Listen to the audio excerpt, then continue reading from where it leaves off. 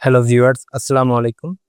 আপনারা জানেন যে দীর্ঘ ৪৭ বছর পর এই প্রথমবার আমেরিকা এবং ইরানের মধ্যে একটি শান্তি আলোচনা অনুষ্ঠিত হয় পাকিস্তানের রাজধানী ইসলামাবাদে। এবং ইরানে ইসলামী বিপ্লবের পর এটাই কিন্তু প্রথম ২ দেশের মধ্যে সরাসরি আলোচনা, এবং সারা পৃথিবী তাকিয়েছিল এই আলোচনার দিকে। যে আলোচনার উপর অনেক কিছুই নির্ভর করছে আসলে আ আ সারা পৃথিবীতে শান্তি বইবে নাকি আবার সে যুদ্ধের দিকে এগিয়ে যাবে। এবং আনফরচুনেটলি শেষ পর্যন্ত আলোচনাটি কিন্তু ভেস্তে যায়। এটার অন্যতম কারণ হচ্ছে দুই পক্ষই দুই পক্ষকে ছাড় দিতে নারাজ। যেমন আমেরিকা চাইছে যে ইরানের কোনো পারমাণবিক প্রকল্পই থাকবে না। নিউক্লিয়ার এনরিচমেন্ট একদমই করবে না ইরান। এদিকে ইরান বলতে চাইছে যে তারা পারমাণবিক কোনো বোমা বানাবে না। তাদের শান্তিপূর্ণ পারমাণবিক প্রকল্প থাকবে। যেমন বিদ্যুৎ প্রকল্প, পারমাণবিক বিদ্যুৎ প্রকল্প এইসব। কিন্তু আমেরিকা এতে ছাড় দিতে নারাজ। তাই কোনো পারমাণবিক প্রকল্পই থাকবে না ইরানের, এবং তাদের যে এনরিচমেন্ট করা ইউরেনিয়াম এটা আমেরিকার হাতেই তুলে দিতে হবে। এটা করতে কোনোভাবে রাজি হয়নি ইরান। এবং এই আমেরিকা চাইছে যে হরমুজ প্রণালীতে ইরানের কোনো নিয়ন্ত্রণই থাকবে না। কিন্তু ইরান বলছে যে এটা তাদের সভরেন রাইট, যে হরমুজ প্রণালী এটা তারই নিয়ন্ত্রণে থাকবে। অর্থাৎ এখানে কিন্তু ইরান ছাড় দিতে নারাজ। আহ, আবার ইরান দাবি করে যে যে সম্পদ আমেরিকা জব্দ করে রেখেছে ইরানের, এই সম্পদ ইরানকে ফেরত দিতে হবে। প্রায় বিলিয়ন ডলারের সম্পদ ইরানের জব্দ করে রেখেছে আমেরিকা বিভিন্ন দেশে এই ইসলামী বিপ্লবের পর থেকেই। এই সম্পদ ইরানকে ফেরত দিতে হবে। কিন্তু এই আমেরিকা এতে প্রথমে রাজি হলেও পরবর্তীতে আবার পল্টি নেয়। আর ইরান এটাও দাবি করছে যে আমেরিকা ইরানের উপর যতগুলো স্যাংশন দিয়ে রেখেছে প্রত্যেকটা স্যাংশনই উইথড্র করে নিতে হবে। আর কোনো দেশকে এভাবে স্যাংশন দিয়ে রাখতে পারে না। তো এতে আবার আমেরিকা এতে রাজি হয়নি। এভাবে দুই পক্ষকে ছাড় দিতে নারাজ। শেষ পর্যন্ত আলোচনাটি ভেস্তে যায়। কিন্তু এখানে আলোচনা চলাকালীন সময়ে একটা ঘটনা ঘটে, সেটা হচ্ছে যে পাকিস্তান সৌদি আরবের মধ্যে তার কিছু ফাইটার জেট পাঠায়। যেহেতু আপনারা জানেন যে সৌদি আরব এবং পাকিস্তানের মধ্যে কিন্তু একটি ডিফেন্স এগ্রিমেন্ট আছে। যেমন ন্যাটো একটা দেশের উপর হামলা করলে আরেকটা দেশ যুদ্ধে ওই দেশের পক্ষে যুদ্ধে যোগ দিবে, ঠিক সেরকমই একটা ডিফেন্স এগ্রিমেন্ট আছে সৌদি আরবের সাথে পাকিস্তানের। এবং কখনো যদি ইরান সৌদি আরবে আবার যদি হামলা করে, হয়তো এটাও হতে পারে যে পাকিস্তান এই যুদ্ধে যোগ দিল সৌদি আরবের পক্ষ থেকে।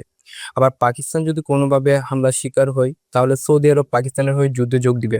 এরকম একটি ডিফেন্স এগ্রিমেন্ট আছে দুই দেশের মধ্যে।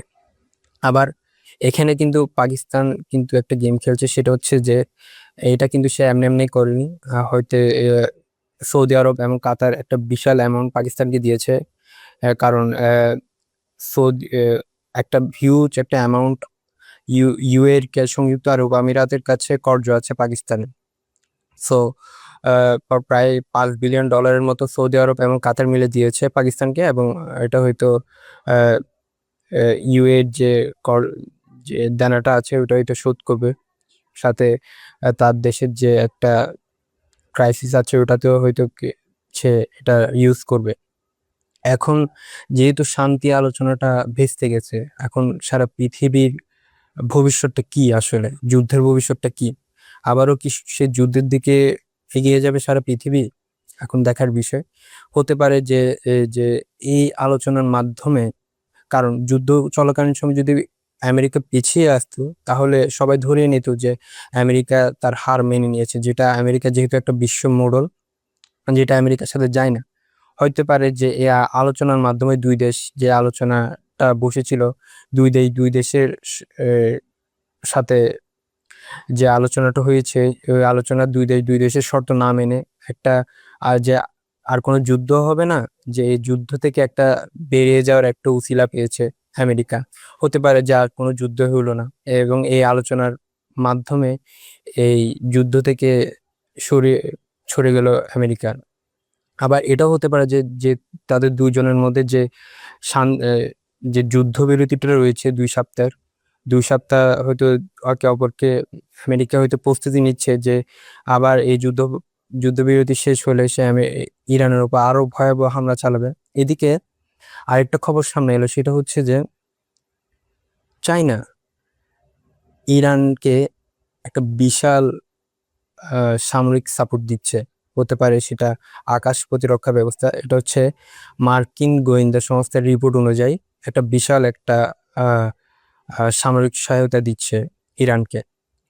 এখন হতে পারে ইরানও কিন্তু ভিতরে ভিতরে একটা প্রিপারেশন নিচ্ছে, যদি এই 2 সপ্তাহ পর আবার যুদ্ধবিরতিটা যদি শেষ হয়, আমেরিকা যদি হামলা করে ইরানের উপর, তাহলে ইরানও কিন্তু নিজের প্রিপারেশন রেখেছে ভিতরে ভিতরে। এখন দেখার বিষয় শেষ পর্যন্ত কি হয়। মধ্যপ্রাচ্য কি আরেকটা যুদ্ধের দিকে এগিয়ে যাচ্ছে, নাকি একটা শান্তির দিকে এগিয়ে যাচ্ছে? তবে যাই হোক, যাই ঘটুক না কেন, সারা পৃথিবীতে এই যুদ্ধেও কিন্তু একটা নতুন একটা চেঞ্জ নিয়ে এসেছে। সেটা হচ্ছে যে আমেরিকাকে আগে যে ভয় পেত সারা পৃথিবী দেশগুলো, সে ভয়টা অনেক অংশে কেটে গিয়েছে। যেমন আগে আমেরিকা একটা কথা বললে সারা পৃথিবীর প্রত্যেকটা দেশ সেটা মুখ বুজে মেনে নিত, কিন্তু এখন এই যুদ্ধের পর আমেরিকার সে প্রভাবটা কিন্তু আর থাকছে না, সেটা কিন্তু মোটামুটি নিশ্চিত।